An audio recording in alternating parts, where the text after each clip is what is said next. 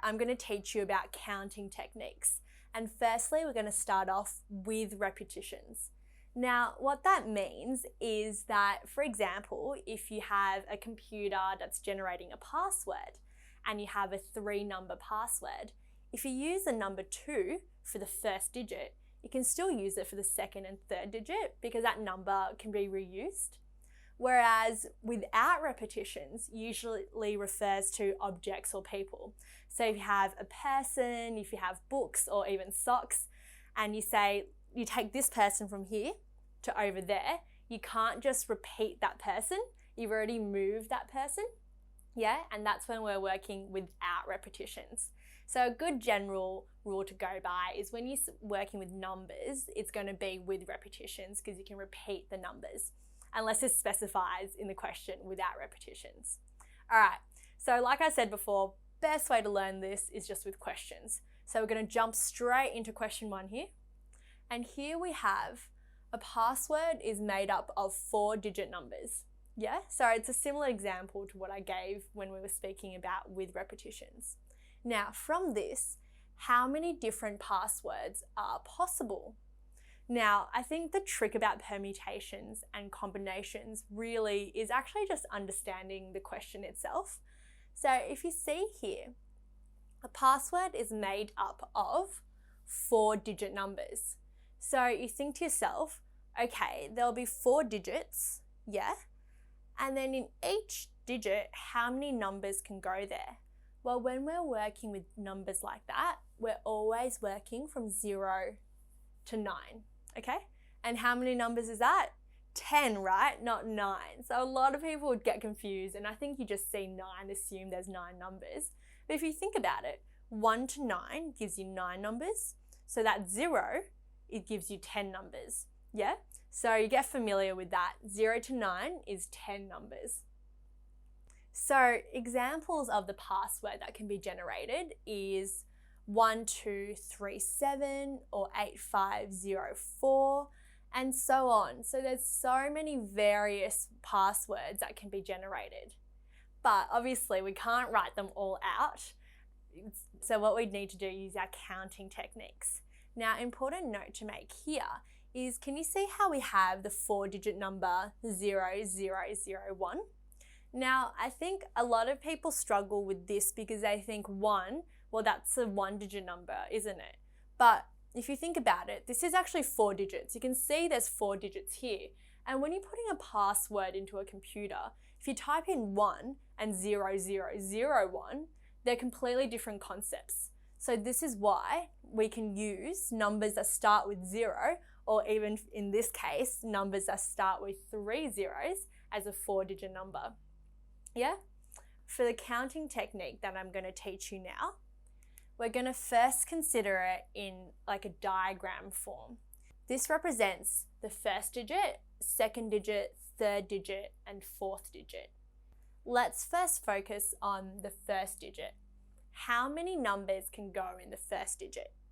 Now, remember I just told you whenever we're working with numbers, that's 0 to 9, which was 10 different numbers, right? So how many different numbers can go in the first digit? It's going to be 10 different numbers, right? From 0, 1, 2, so on till 9. So now we've considered the first digit. What about the second digit now? So the second digit there, how many numbers can go there? It's going to be 10 as well, right? And the same idea for the third and also the fourth digit. So can you see how what we've done, first of all, said, well, there's 4 digits. And now for the first digit, there can be 10 different numbers that can go in there. And because that 2 that I've used, for example, can be reused here, there's still 10 different digits there, and there's still 10 here and 10 there. And this way, I've shown there's 10 ways for each digit. So how many different passwords altogether are possible? Here's another concept that people tend to get a little bit confused in: when to use multiplied between the numbers and when to use plus. Now, the most basic way to understand this is whenever we say and, we use multiplied.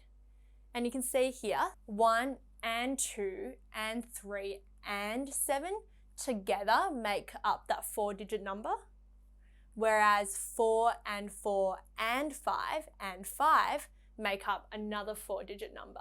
So can you see how it's and between each of these? And because of that, that's why we write 10 times 10 times 10 times 10. And that gives you 10,000 ways. So 10,000 possible passwords can be generated. So important things to take from this is that when we're working with numbers, we're working with 0 to 9, so that's 10 different numbers. And also, when you have and between these ways, we multiply. And later on, you'll see when it's going to be or, that's when we add. Okay? All right, let's move on to question 2 now. So here, we now have a password, but it's made up of 3 numbers and then followed by 2 letters. And from there, how many different passwords are possible? Now, it's important here that it's specified its numbers first, and then it's going to be letters, because it's different if it doesn't, and we'll see that example in the next question. Examples is 123 AA, 407 GG, and so on. But you can see here that you have the numbers first and then the letters. Yes, so those are the only places the numbers can go and the letters can go. And similarly to what I said before, you can have 000 SS. Yeah, 0 is still considered a digit in this case. So that's still 3 digits and 2 letters. All right, let's consider it in the same diagrammatic way. Here we have our 3 digits, and here we have our 2 letters. Yeah? So let's consider the first digit number. How many different numbers can go there? That was 0 to 9, yes, it's 10 different numbers. Same here and same here. Now let's move to letters. How many different letters are there in the alphabet? It's 26. So that means there's 26 different letters that can go in here, which means there's 26 ways that this could be different. And then for this one, it's going to be 26 as well. Now, you tell me, is it going to be 10 times 10 or is it going to be 10 plus 10? It's going to be times, right? And that's because you can see here it's 1 and 2 and 3 and A all together make up the password. So it's and between all of these, which is why we multiply it all together, put that into your calculator, and you should get 676,000 different passwords that you can get. So I said here, the important thing was to notice that first we had numbers and then letters. And why that's important is when we look at question 3 here, we have a password is made up of 3 numbers and 1 letter. Can you see how this is quite different? Because it doesn't say 3 numbers and followed by 1 letter. It just says 3 numbers and 1 letter. Yeah? And that means when we have examples, you can have number, letter, number, or the letter can go there, or the letter can be the first digit. Do you see what I mean? The letter could be the first, second, third, or 4th digit. Yeah? Notice how I use the word or there. All right, so here we have the first, second, third, and 4th digit. So we can either have number, and the letter in the 4th digit, or the letter can be in the 3rd digit as well, right? Where else could it be? The 2nd or the 1st. So because I've used or here, we'll see what that does later. First of all, let's consider for each line the ways that it can be. So here we have number, how many numbers? It's 10. Times 10 times 10 times 26. Whereas this one is 10 times 10, letter is 26 times 10, like what we have here. And similarly, we have that, and then this down here. Remember how I said we can have the letter in the 4th digit, or the 3rd digit, or the 2nd, or the 1st digit? If it's or between these ones, yeah, can you see how that means I have to add them all together? So essentially what I'm doing is I'm adding this one and that one and that one and that one all together. But instead of working that out and adding them together, which is a little bit annoying, you can see that these are actually exactly the same. The 26 may be in different places, but essentially they all have 10 times 10 times 10 times 26. So a much easier way to go about this is just to multiply everything by 4. And that's what we've done here. So 4 times, and that's a number of ways for each of these. Yeah? And because it's all, we're adding them together, and that's the same idea as multiplying it by 4. With this one, the important thing to notice is it didn't tell you exactly where the letter went. So it didn't tell you the exact order. So whenever the order can be different, you have to consider where the letter could be. So it's going to be 4th or 3rd or 2nd or the first digit. So can you see how in this way, we just do that and you should get 104,000 ways. All right? So have a good compare between this question and question 2 and see how they're different from each other. Let's move on to question 4 here. So here we have a combination lock and it's made up with 4 dials. Yeah, so it's quite common. You know those locks that you use for your school lockers or for your gym lockers? And there's 6 numbers on each. So what that means is that there's going to be 4 dials here. And for each of these, there's going to be 1 to 6. 6 different numbers that you can rotate to that middle one. Yeah? How many arrangements are possible? So you can either have this, or if you move that over 1, move that, you can get various different possibilities. Let's work out how many arrangements are possible. I think this question you guys should be able to work out. So first of all, let's consider there's 4 dials. And in each dial, how many numbers can there be? It's 1 to 6, so there's 6 numbers. So that means that the number of arrangements is 6 times 6 times 6 times 6, right? Because if it was 0 to 9, it would be 10 times 10. But in this case, because there's only 6 numbers on each, it's going to be 6 times 6. So it should be 6 to the power of 4. So 1,296 different ways. So the variation here is instead of working with 0 to 9, it's specified there's only 6 numbers in each. So be careful of these variations. Let's have a look at question 5 now. So here is the first time we're not working with numbers, but still something that's with repetition, because lights on and off, you can turn it on and off. So a house has 10 interior lights. Now, in how many ways can they be left switched on and off? So we've just put lights on here, like in a diagram, for example.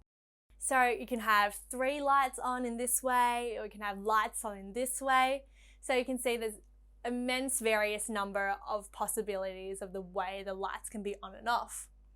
But the easiest way to consider it without counting techniques is for each light, so our 10 lights, what are the possibilities? Well, they can only be on or off. There's only one or the other, which means that for each one, there's really only 2 ways. Yeah? But the way that it's arranged, it's going to be this is on and this is off and this is on and this is off.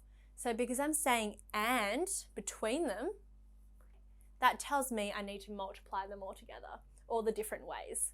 So there's 2 ways for each. So it'll be 2 times 2 times 2, 10 times. So same as 2 to the power of 10. So there's actually 1,024 ways that these interior lights can be switched on or off. Yeah? So can you see how this works even when it's not numbers? You just have to kind of consider each light as you would consider each digit, and then you consider the number of possible ways for each light. Yeah, so that's a basic principle. Consider each digit, each light, whatever it is, and the number of possible ways for each of those. And then you either multiply them together or you add them together. Let's move on to this question now.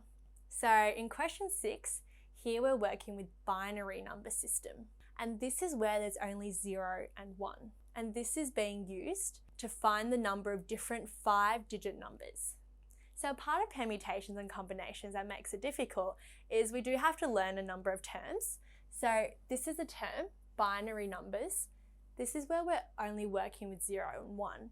So examples of this is when we have things like 10010, 01100. So you're actually only using 01. And what this is actually used for is in computers, you use it to code things. Yeah, so that's why it exists. But for your sake, you just need to remember binary means 0 and 1. So we're working with 5-digit numbers.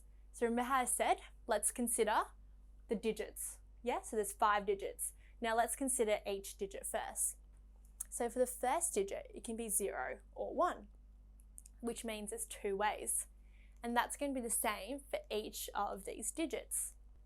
And because it's 0 and 1 and 0 and 1 and 0 that makes up this arrangement, and it's and between them, that means I multiply it. So it'll just be 2, 2, 2, and 2, and 2. So multiply that all together. Easiest way to put that in your calculator is 2 to the power of 5. And that gives you 30 different binary numbers that you can have here.